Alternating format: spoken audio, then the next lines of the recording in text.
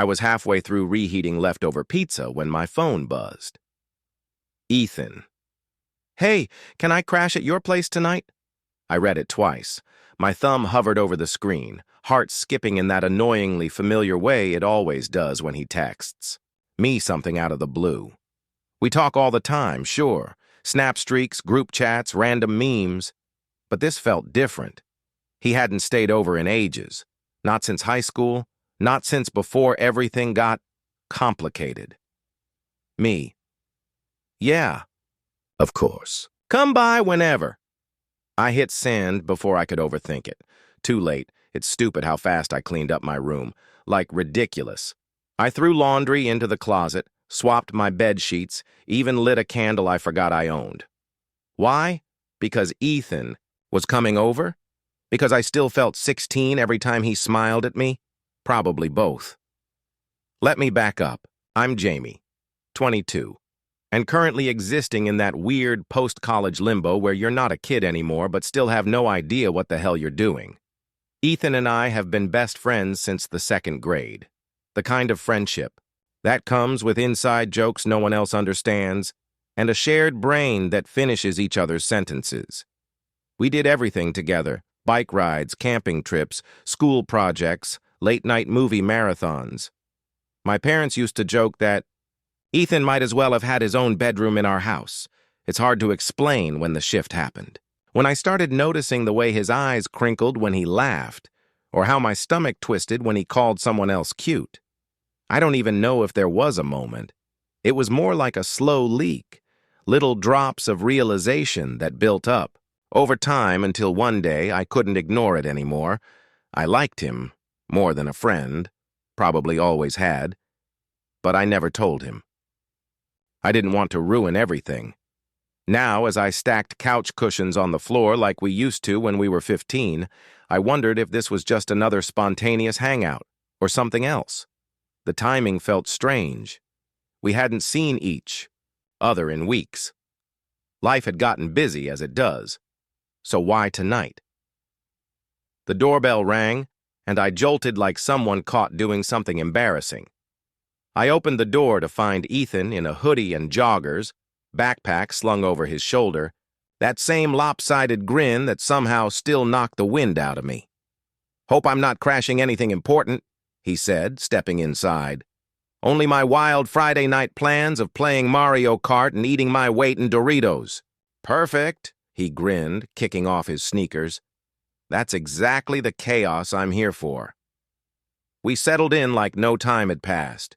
Chips open, controllers in hand, trash talk flying between us like old times. But underneath the banter, I felt it.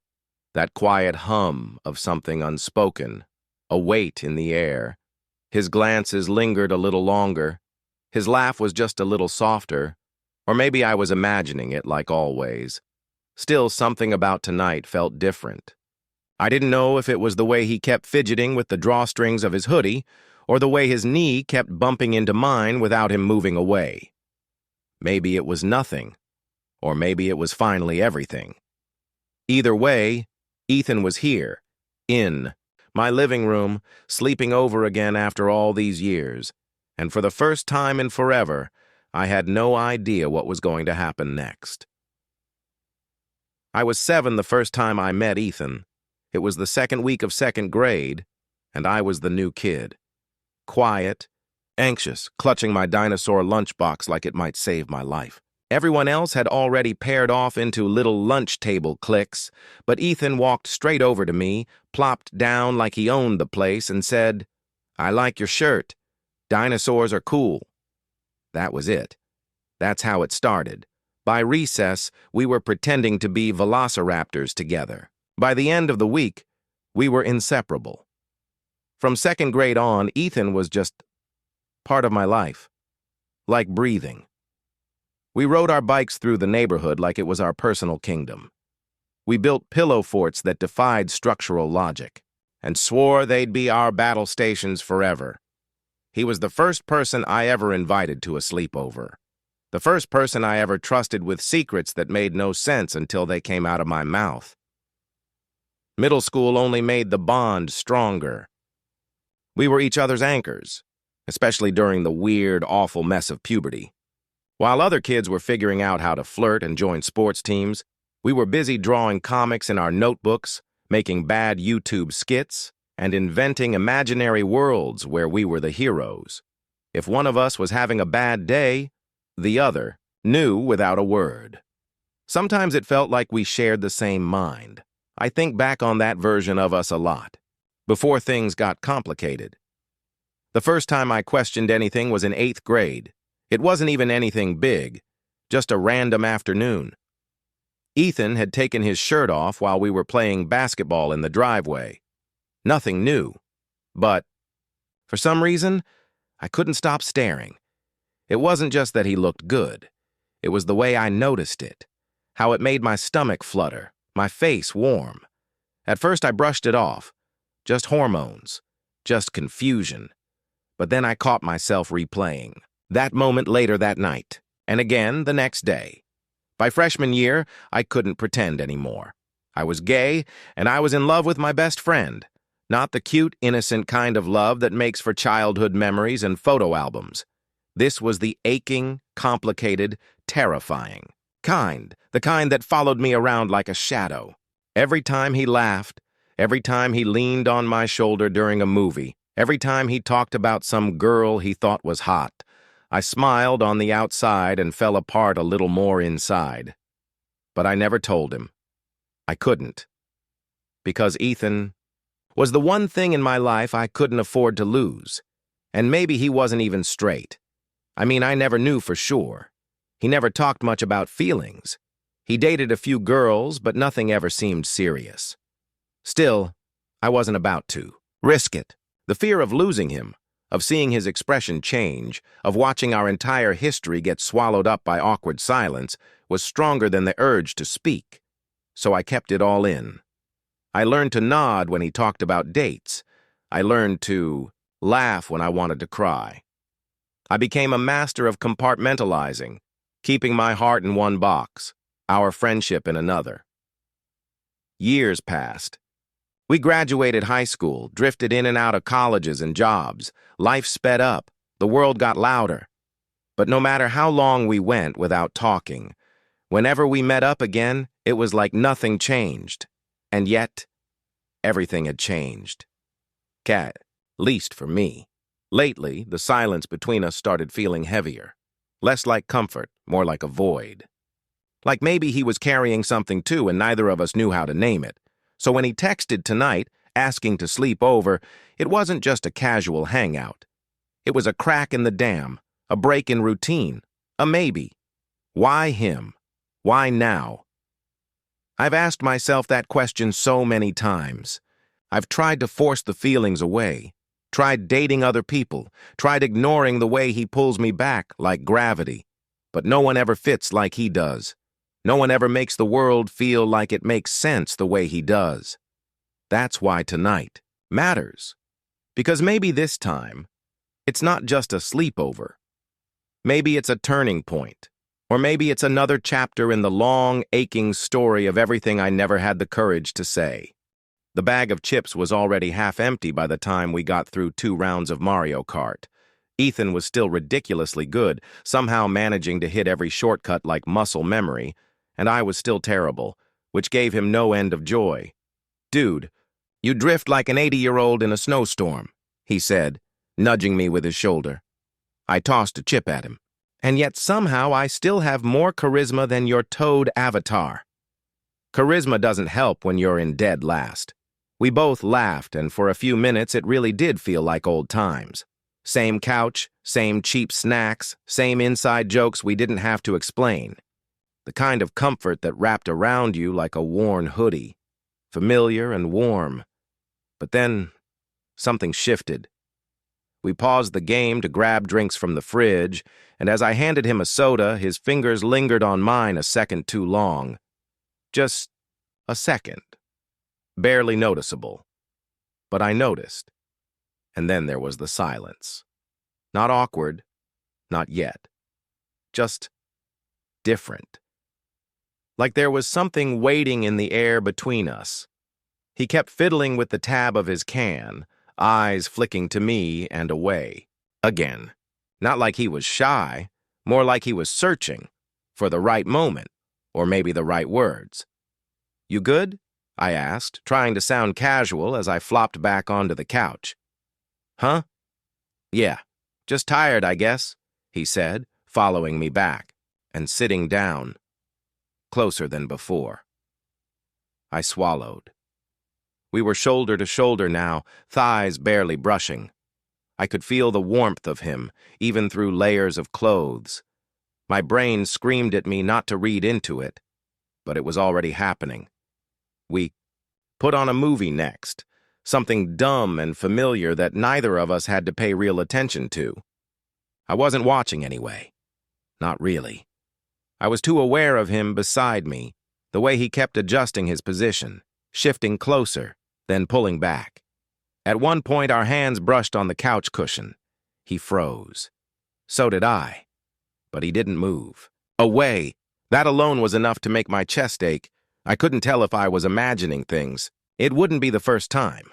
For years, I'd trained myself to read every gesture like it was a hidden message. A laugh that lasted a second longer. A glance that lingered. A text sent late at night. But tonight felt different. Realer. Like he wasn't hiding the hesitation anymore.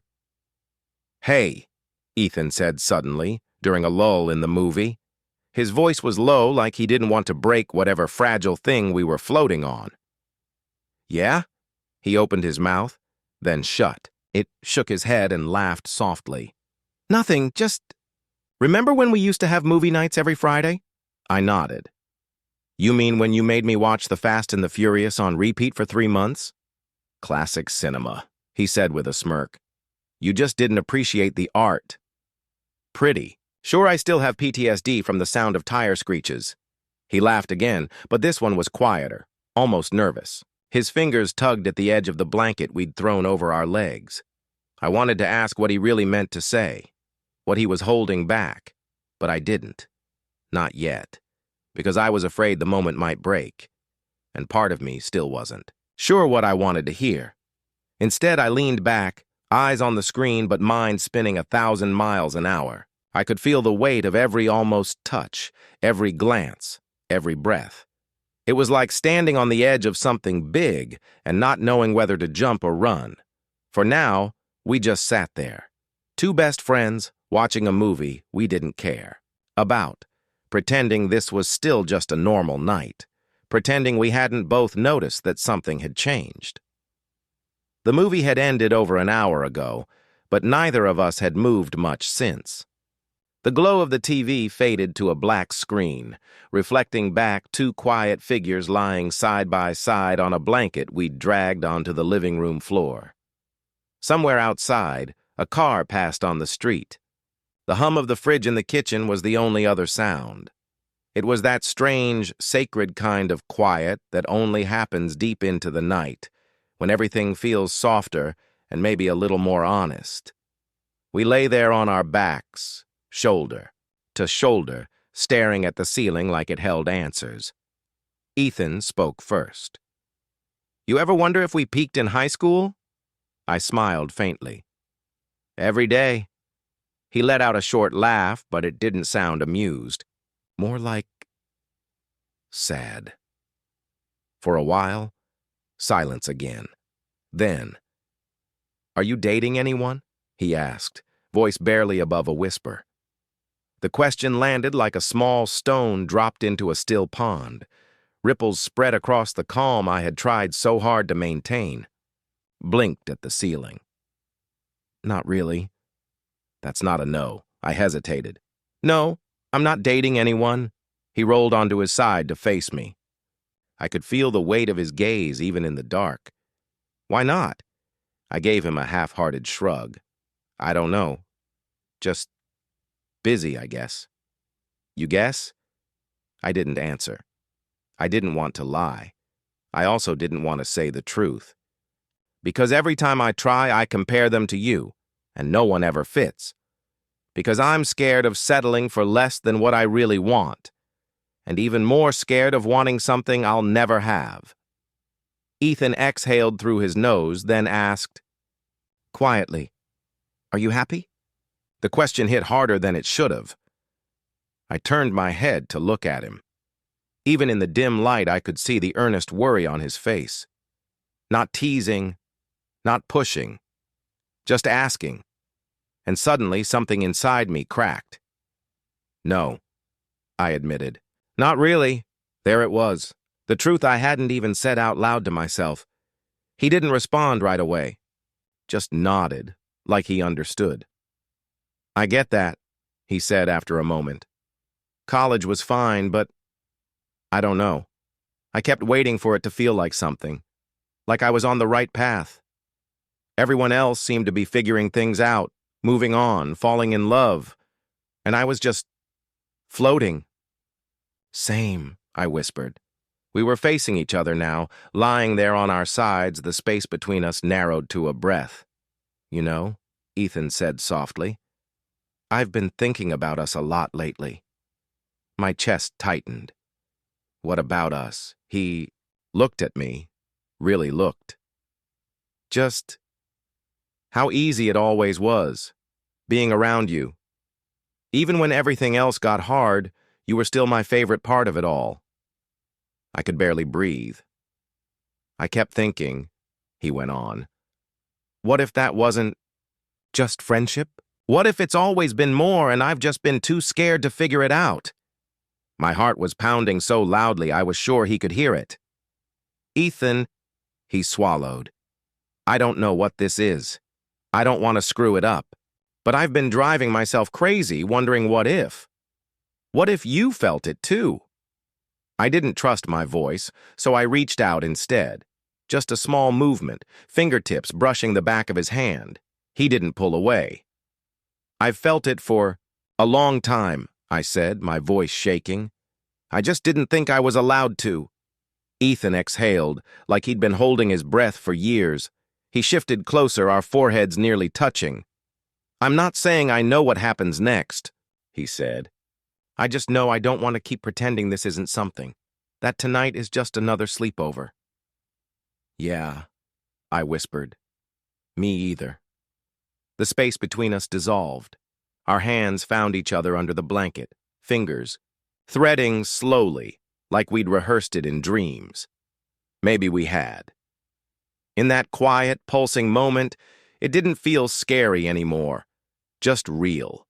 Two boys on a blanket in the dark, finally saying everything that had been buried beneath years of silence, and maybe, just maybe, something beautiful was beginning.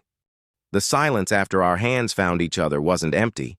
It was electric, heavy, alive with every unspoken thing finally pressing at the edges, waiting to be let out. Ethan was staring at me, eyes wide and uncertain, but no longer afraid. I could see it in the way his thumb brushed over my knuckles, tentative but deliberate. Like he wasn't pulling back this time. His voice came so soft I almost missed it. "I think I like you," he whispered. "Not just as a friend." The world stopped. My breath caught, and for a moment, I couldn't move, couldn't think. All I could do was feel, like my entire body had been rewired and every nerve now pulsed with those 7 little words. I stared at him, stunned. My mind reeled, scrambling to catch up. He said it. He actually said it. 1,000 flashbacks flickered behind my eyes, like a reel of everything I'd once convinced myself was wishful thinking. The way he'd lean into me during movies. The nights we stayed up talking until dawn. That time he held my gaze a second too long and then looked away, flustered.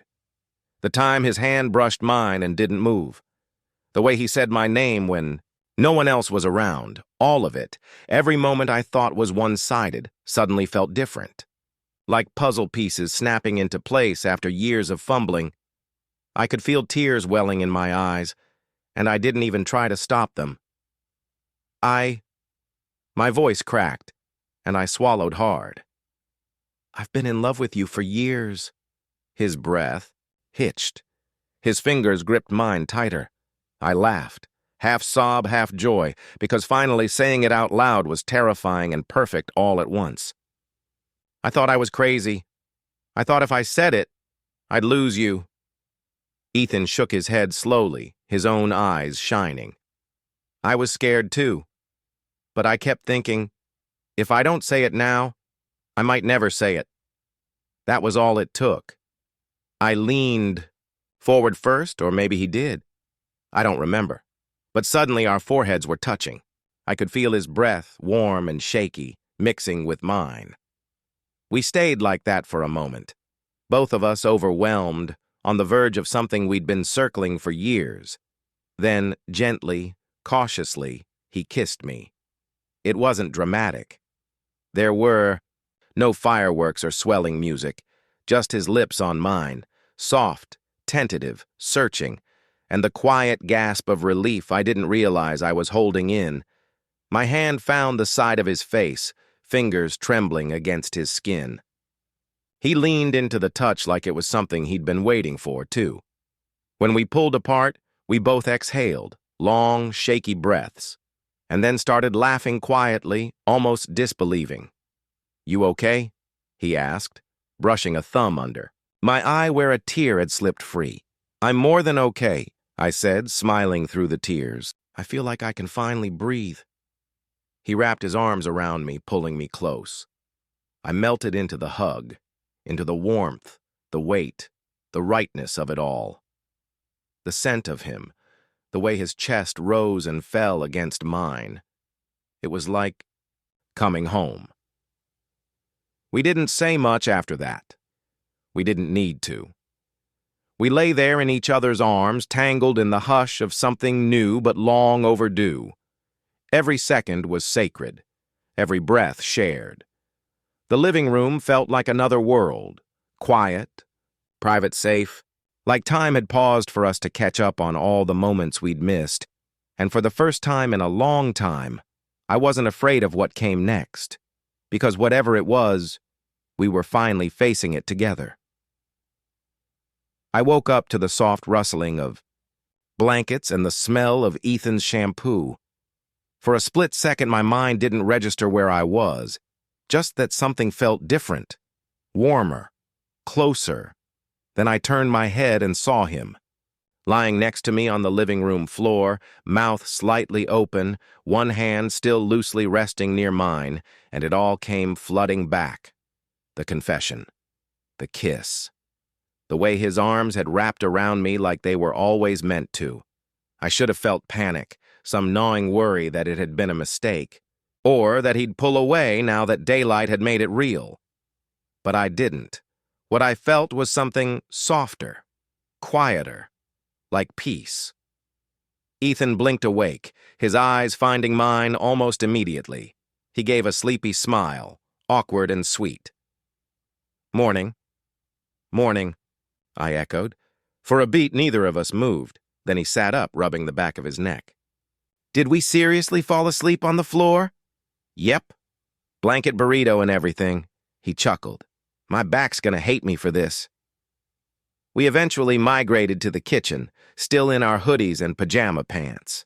The morning sunlight streamed through the windows, too bright for how fragile the moment still felt. Ethan fumbled around for the eggs while I toasted 2 slices of bread, neither of us saying much.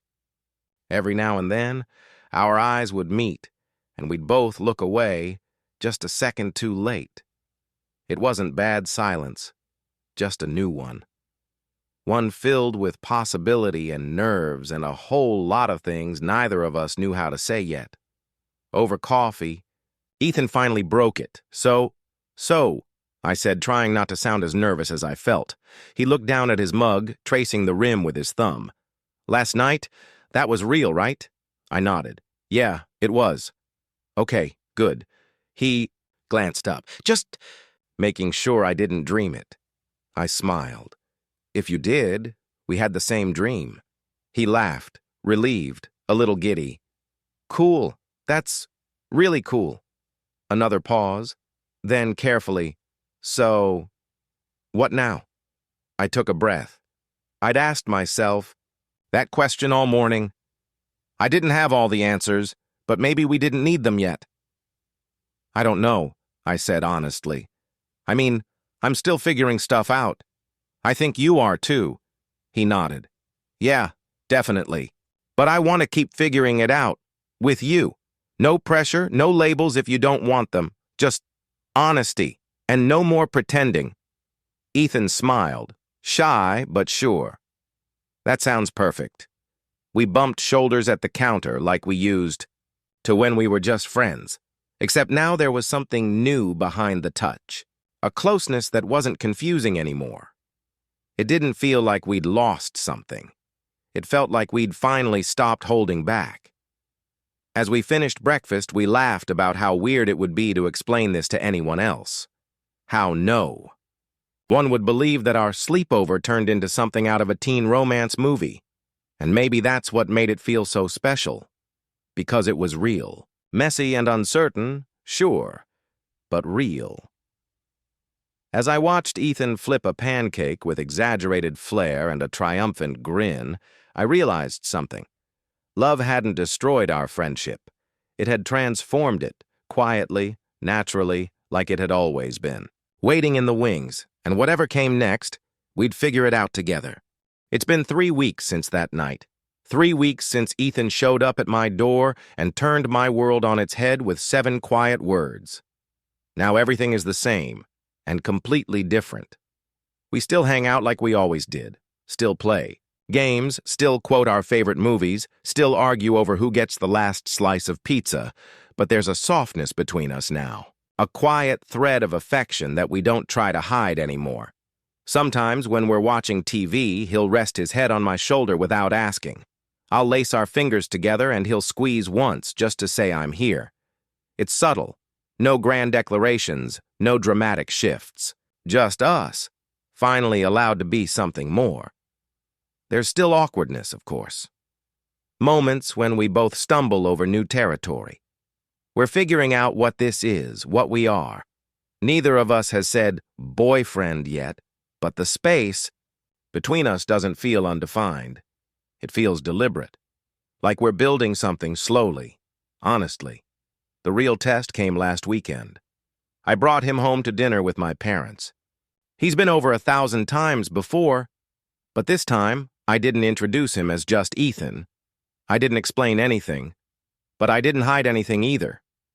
And when my mom raised an eyebrow at the way our hands brushed across the table, I held my breath. She smiled, said nothing, passed the potatoes. Later, my dad asked if we were happy. I said yes. That was all. And somehow, that was enough. In the car on the way back, Ethan glanced over and said, "You were brave tonight."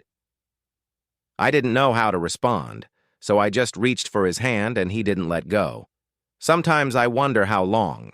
He felt the same. If we'd both been tiptoeing around something for years, if we could have had all this sooner, if I'd just said something first. But then I think maybe we needed to grow into it.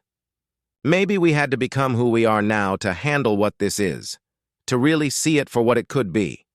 For so long, I was terrified that loving him would break everything, that admitting how I felt would rip a hole in the one place I felt safest. But it didn't. It expanded it. Now when he laughs, I hear something deeper. When he leans into me, I don't flinch or freeze. I lean back. The weight of what we are doesn't scare me anymore. It anchors me. I still get afraid sometimes. Afraid, this is all too good to be real, that it'll change again, or that we'll drift when college starts and life pulls us in different directions. But love is a risk. That's what I've learned. It's a risk every time you say how you really feel. Every time you show up, stay. Hold someone's hand even when your own is shaking. And for him, I'll take that risk every time. Tonight, we're sitting on the roof of his house, bundled in a shared hoodie, legs dangling over the edge. We're watching the stars like we used to when we were kids. The sky is clear, full of constellations we pretend to know. Neither of us speaks. He leans his head against mine, and I feel his breath warm on my cheek. Our fingers are laced together in his lap. Not out of nervousness, not out of habit, but because we can. Because we want to. The silence stretches long and sweet. I used to think silence was dangerous. that it meant something was wrong. But now I know better. Sometimes silence is trust. Sometimes it's the most honest thing there is.